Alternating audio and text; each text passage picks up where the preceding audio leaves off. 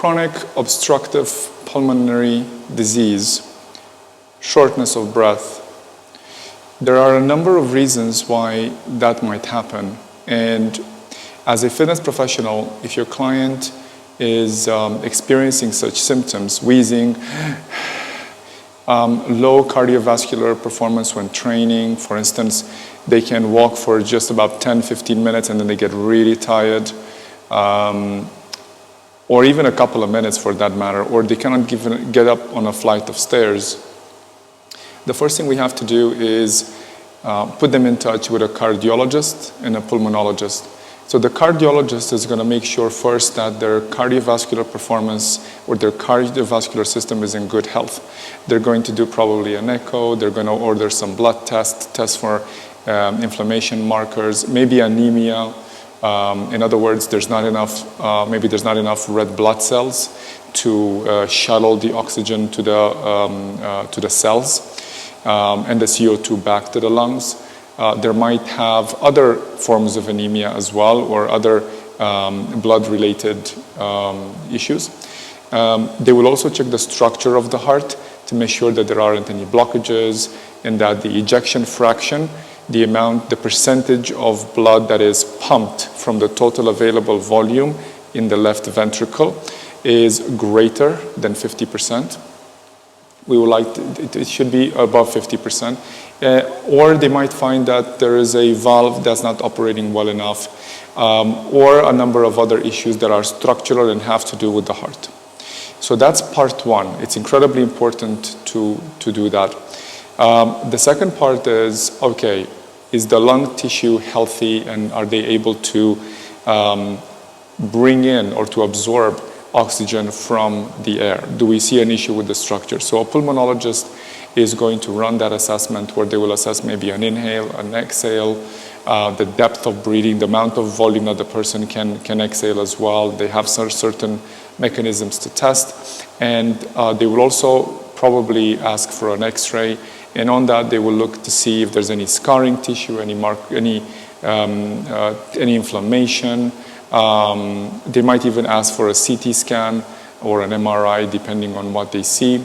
And that's at the latitude of the pulmonologist. But the point is they're looking at the lung tissue and they assess gross musculoskeletal function of breathing to figure out whether their breathing capacity is sufficient. So through this sequence, what we've addressed is first, can the oxygen get to the cells? In other words, blood can transport it. Second, there's sufficient blood, right, or other compounds that are required. Second, that the muscle of the heart itself, the structure of the heart, is conducive to the circulation of the blood and the available oxygen to the cells and the CO2 and other metabolites back from the cells. And then the pulmonologist is going to observe the lung tissue. Now, typically they will do a stress test when they establish that the structure of the heart is okay and that it is safe to do a stress test. And on that stress test, they will see to what level of effort can this person perform and what heart rate they can reach. The pulmonologist might take this a little bit further and or the cardiologist, and do a VO2 max test. VO2 max is expressed in milliliters of oxygen absorbed in the body per kilogram of body weight per minute. So the way this is done is a mask is going to be worn that will constantly measure how much oxygen comes in and how much comes out in each breath. And the difference is assumed to be absorbed in the body. We understand that this is going to be done per minute, so it's going to be timed, and we know the weight of the person, which is expressed in kilograms. So that is going to give us a number of how many milliliters of oxygen per kilogram of body weight per minute the person can absorb. And VO2 max is one of the biggest predictors of longevity known to man. To put things in perspective, according to the studies, we see that those in the top 2% are 4 times less likely to die than the ones on the bottom 20% in the near term. And so that risk to all-cause mortality is is massively different between those two populations. In other words, we want to make sure that our VO2 max is as high as we can get it, regardless of our age. So we finished with these two specialties, and so the question is, what comes next? The person is still not breathing well. Yes, their VO2 max score is low, but there's nothing wrong cardiovascularly speaking, and the pulmonologist says, look, your lungs are clear, there's no infection or anything like that. The bronchi, the trachea, they're all clear, and so on. All right, what comes next? The next part is the part that has to do with the health and fitness side. And I'm sharing these steps with you guys in sequence because we cannot simply jump ahead and say, look, you know what, this is a muscular issue. We have to make sure that the critical components of this mechanism that we cannot really affect much are going to be properly diagnosed first. We clear those out of the way, and then look at the musculoskeletal system. So the musculoskeletal system will help us breathe through the use of our autonomic nervous system in conjunction with our autonomic nervous system, and it will do a few things. The first thing that it will do is it will press down, the diaphragm will press down against the belly. And so the belly must allow for distension and contraction. If the belly is too relaxed, then the diaphragm does not have that ability to go up and down anymore, because in order for it to go up, negative pressure pressure needs to be created through the abdomen. So you see, if you look at the person from the side, that's the diaphragm, that's the belly. As the diaphragm flattens, the belly needs to go out, and then for the diaphragm to come up, which is, by the way, when it relaxes, the belly needs to create that tension. You see what I mean? That's assuming there is no movement in the rib cage. And so the belly pushes in, right? And then the viscera, the organs inside, right? The liver, the pancreas, the stomach, the intestines, the colon, the kidneys, all of these organs that are in our abdominal cavity, because they have the same volume, as the belly contracts, they have to go somewhere. They cannot really go down because there's only the pelvic floor there. It's a very small space. So they're going to push back up, and so the diaphragm gets to relax. As the diaphragm relaxes, it pushes into the chest cavity, and so the lungs get squished like sponges, and that's how you exhale. And so what the abdominal muscles can or cannot do is extremely important. So that's first. The second thing is we have the rib cage. So the rib cage elevates and opens, like so, and depresses and contracts, comes in towards the midline, like so. And so the amplitude with which we can move the rib cage matters a great deal. Now, the rib cage ability to move is influenced by a number of factors. One of the most important ones is the posture of the spine. So the more kyphotic we are, right, the more we're flexed, the less flexibility the rib cage has. Do this exercise with me. Flex in, just like so, and then try to take a deep breath. You'll notice that you feel like you're in your throat almost, right? And so in that situation, we want to think about overall posture, not just what's happening at the rib cage, because what's happening at the rib cage is massively influenced by the spine, because all the ribs are connected to the vertebrae of the spine. But the posture of the spine, the kyphosis of the spine, is not isolated from the rest of the kinetic chains. And this is where postural assessments come in to understand what is the quality of movement for this person. And we will observe that in order to restore the posture of their spine and their rib cage, we have to further assess what's happening below at their pelvis, what's happening all the way even to the foot, whether they have, what is where are they on the mobility, stability continuum? Are they quite rigid, or are they hypermobile but kind of laxed in their structure, and so gravity wins, so to speak?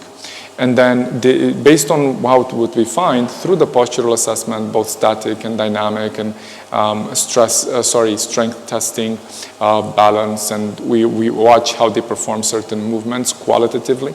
Then based on that, we then decide, all right, this is the appropriate course of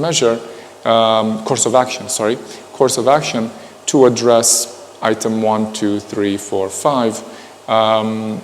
And then, depending on the person, we have to design the program that suits them. So obviously the training program and movement program for a 20-year-old who's relatively, doesn't have a complicated, medical history is going to differ a great deal from a client who is a, let's say, 60-year-old hypertensive, for instance, had a couple of falls, they're on blood thinners, they bruise easily, and they're diabetic, right? You see what I'm going with this. And so we have to adjust the dosage and the frequency to those two people. And then the last thing is, because now we're working with a musculoskeletal system, the question is, all right, we're going to put in a stimulus, we're going to put in some effort. We might collaborate with a physical therapist in order to do some manual therapy to release some of those tissues around the rib cage and the abdominals and what have you, depending on what we find in the assessment. And then we're thinking, all right, but now they're going to train, can they recover? And that's going to be our limitation, is how well can they recover? That's going to determine how much training are we going to do, how intense are we going to work out. And so that's why we have to start with very low doses and observe their rate of recovery. Perhaps they cannot take more than a couple of appointments per week. If they do also physical therapy, then we have to work in tandem so that we don't overlap sessions and have 3 days a week when they're doing everything, and then they're in a row, and then the rest of the 4 days they're just incapacitated because of how much volume was put through the body. And this is where we have to have those conversations that are lifestyle related. Maybe we need to collaborate with a nutritionist as well. Maybe we need to help monitor their hydration a little bit. Maybe we need to coach them through some exercises that will help them to breathe better at night and sleep better. Or just look at their positions while sleeping and see what's bothering them. Because without proper recovery, we're going to have a real challenge on our hands to get enough work done to make a change. Okay? So I'm sharing this with you because, as you've noticed, we're starting with one name or one acronym called COPD, or any other breathing related problems, by the way. And now you've heard the cardiologist, the pulmonologist, the health and fitness professional, us, the physical therapist, the nutritionist. You've heard 5 people that need to contribute to the resolution of this case.